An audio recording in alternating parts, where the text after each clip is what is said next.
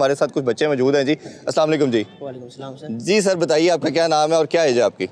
बिस्मिल्लाहिर्रहमानिर्रहीम। मेरा नाम कुर्बान अली है और मेरी एज 15 साल है। अच्छा, तो कहाँ से लाहौर से बिलोंग करते हैं कहीं और से हैं आप? नहीं, मैं गिलगित बल्तिस्तान से बिलोंग करता हूँ। तो क्या उधर फैसिलिटीज़ नहीं थी जो लाहौर आपको आना पड़ा? इससे एक ये बात है कि पीसीबी गिलगित बल्तिस्तान के लिए ना कोई ट्रायल्स देता है, ना कोई वहाँ पे कोई एकेडमी है और ना कोई स्टेडियम है। वहाँ पे क्रिकेट के कोई भी स्कोप नहीं है। इसी वजह से हम बेसिकली यहाँ क्रिकेट के लिए यहीं पे आते हैं। नहीं तो जो कहा जाता है कि 80% जो अभी नया टैलेंट आ रहा है वो केपी से आ रहा है, तो क्या उधर किसी किस्म का कोई इंफ्रास्ट्रक्चर नहीं है? नहीं, टैलेंट तो अल्हम्दुलिल्लाह गिलगित बल्तिस्तान में जो टैलेंट है मैं समझता हूँ पूरे पाकिस्तान में नहीं होगा, लेकिन वहाँ पे फैसिलिटीज़ नहीं मिलती है लड़कों को, लड़कियों को। इसी वजह से फिर वो पीछे रह जाते हैं। नहीं तो उसमें किसी बड़े शहर में आना लाजमी है? अगर किसी और जगह पे पिंडी वगैरह में अगर आप जा सके, आपके वो करीब आता है, तो आपके ख्याल में वो बेहतर नहीं ऑप्शन? बेहतर तो है लेकिन एकेडमी वहाँ पर अच्छी नहीं होती है।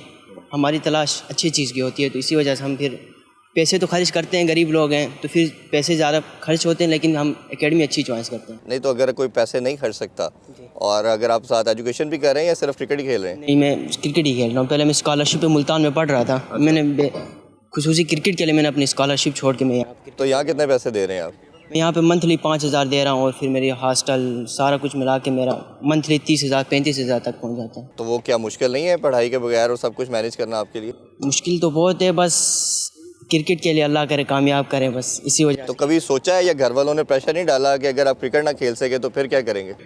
घर वाले तो रोज़ाना कहते हैं कि बेटा पढ़ाई भी साथ रखें, पढ़ाई ना हो तो फिर कोई कोर्स करें, लैंग्वेज कंप्यूटर। मैं कहता हूँ इंशाल्लाह अल्लाह मुझे इसी में ही कामयाब करेगा, बस उम्मीद है अल्लाह का। जी आपका क्या नाम है जी?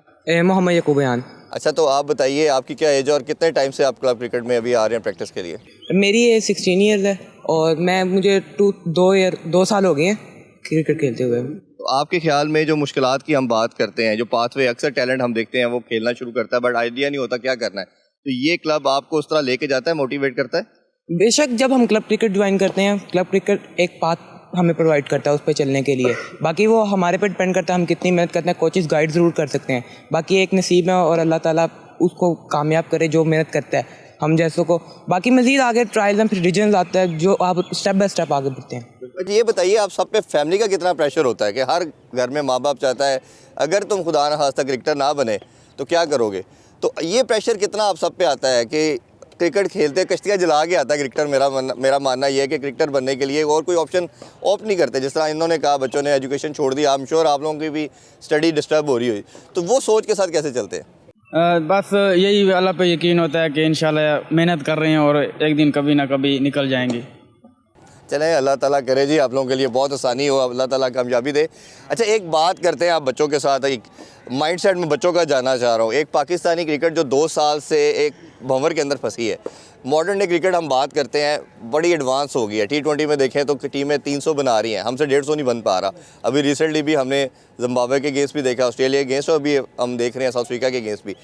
कितने बच्चे समझते हैं, इस पर हम थोड़ी डिस्कशन आप लोगों की ओपिनियन जानना चाह रहे हैं कि आपको लगता है कि पाकिस्तान जो है वो मॉडर्न डे क्रिकेट नहीं खेल रहा? T20 की चले या ODI की हम बात अभी फ़िलहाल कर रहे हैं, और कितनों को लगता है कि नहीं ठीक क्रिकेट खेल रहे हैं, ये इसी तरह ही खेलते आए और हम आगे किसी ना तरह सर्वाइव कर लेंगे? अगर इसी कॉन्टेक्स्ट में ऐड करूँ तो बाबर रिजवान के पेयर पे बहुत डिबेट होती है, हम भी टीवी पे बात करते हैं, लोग बात करते हैं कि जी अब चेंज होने का टाइम है। साइम अयूब नया ब्लड आया है, उस्मान खान है, या अभी ख्वाजा नाफे बड़ा अच्छा खेल रहा है, इसी तरह और 2-3 लड़के देखें। तो ये हसन नवाज़ की मैं कल बैटिंग देख रहा था, बहुत शानदार है। तो आप लोगों का क्या मानना है? सर पाकिस्तान को ना तो बाबर बेशक सर नंबर 1 किंग है, हमारा हीरो है, तो थोड़ी मॉडर्न क्रिकेट खेलनी चाहिए।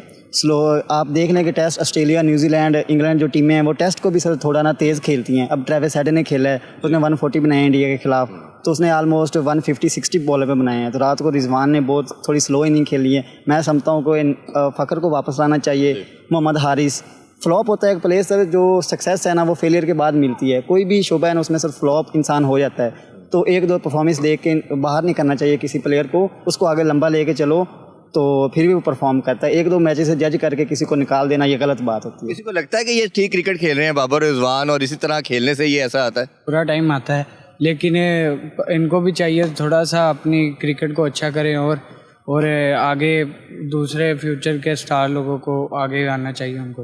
ये ज़रा नए टैलेंट के बारे से बताएं। जिस तरह मैंने ख्वाजा नाफे की बात की, एक ब्रांड नज़र आया, साइम अयूब की बात की, 22 फेलियर थे T20 में, लेकिन सब ने सपोर्ट इसलिए किया कि उसमें टैलेंट नज़र आ रहा था, एक उसके अंदर जो इंटेंट की बात करते हैं, इम्पैक्ट की बात करते हैं, वो नज़र आ रही थी। तो आप लोगों को कोचेस कितना कहते हैं, क्या आप ब्रांड ऑफ क्रिकेट की बात करते हैं, रोकने की बात करते हैं, मॉडर्न डे क्रिकेट की बात करते हैं, क्या आपको गाइड करते हैं? सर जो प्लेयर होता है ना सर, उस सिचुएशन के हिसाब से खेलना पड़ता है। अगर आप ओनली डिफेंसिव प्लेयर हैं फिर भी आप कामयाब नहीं हो सकते, और जस्ट आप हिटर हैं फिर भी कामयाब नहीं हो सकते। प्लेयर तीनों फॉर्मेट खेलने के लिए ऑल ओवर होना चाहिए। आपको डिफेंस भी आना चाहिए, आपको हिटिंग भी आनी चाहिए। अगर आप ओनली डिफेंस करते हो तो आप टेस्ट वनडे तो खेल लोगे, लेकिन T20 कैसे खेलेंगे? अगर आप हिट करते हो तो फिर T20 तो खेल लेंगे, लेकिन कुछ सिचुएशन मैचेस कैसे होती है कि 2-3 स्कोर पे 3 आउट हो जाते हैं, वहाँ पे अगर ऑलराउंडर आ जाता है तो वो डिफेंस कैसे करेगा? तो जो प्लेयर होता है ना कंप्लीट प्लेयर सर, वो दोनों काम कर सकता हो, फिर प्लेयर बनता है, वरना प्लेयर नहीं बन सकता। अब बिल्कुल। अच्छा आप भी बताइए, ये जो मॉडर्न डे क्रिकेट के हवाले से एक मसला चल रहा है,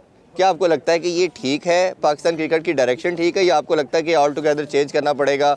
बाबर की बात करें, रिजवान की बहुत डिबेट हो रही है कि इवन दो वो कैप्टन है T20 पे, जिस तरह की इनिंग्स वो खेले हैं, लोग उसे काफ़ी मायूस है। आपका क्या ओपिनियन? नहीं, फ़खर ज़मान को इन्हें चांस देना चाहिए। वो बहुत अच्छा हिटर है, एक ही हिटर है हमारे पास, और मोहम्मद हारिस भी काफ़ी दिनों से नहीं नज़र आ रहा है, तो मोहम्मद हारिस को भी चांस देना चाहिए। T20 में तो हिटर ही खिलाने चाहिए, क्योंकि बाबर और रिजवान ODI प्लेयर है, T20 भी अच्छे खेलते हैं, वो बैड लक हो जाता है, तो फ़खर ज़मान को ज़रूर खिलाना चाहिए। अच्छा, कोई बैटिंग के हवाले से हम बात कर रहे हैं, और जितने बच्चों से मैंने बात की सबका यही मानना है कि मॉडर्न डे क्रिकेट के लिहाज से अब इन जो हमारे बड़े प्लेयर हैं, लेजेंड्स हैं, इनको भी चेंज करना पड़ेगा।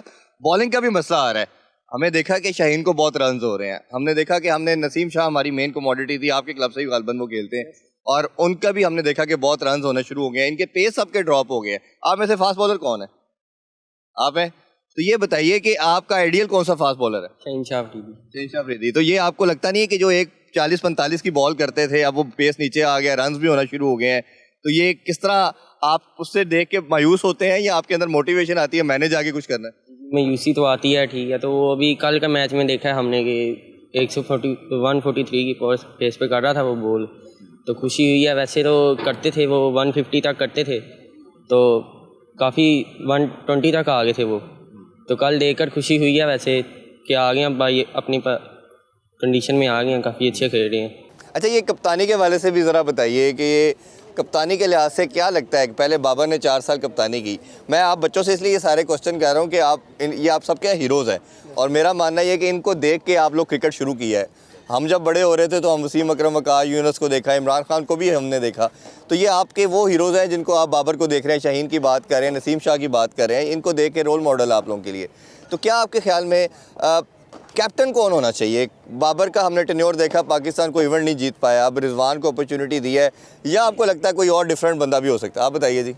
बाबर आजम भी अच्छा कैप्टन था और रिजवान भी अच्छा है, लेकिन जीता कोई नहीं ना, बाबर की कप्तानी में हम जीते कुछ नहीं है। जीता कोई नहीं है, वही बात कर रहा हूँ दोबारा कि टाइम आ जाता है, बुरा टाइम सब पे आता है, टीम पे वो तब बुरा टाइम था। अब देखें बैकअप अच्छा कर रहे हैं, इंशाल्लाह इस बार जीतेंगे।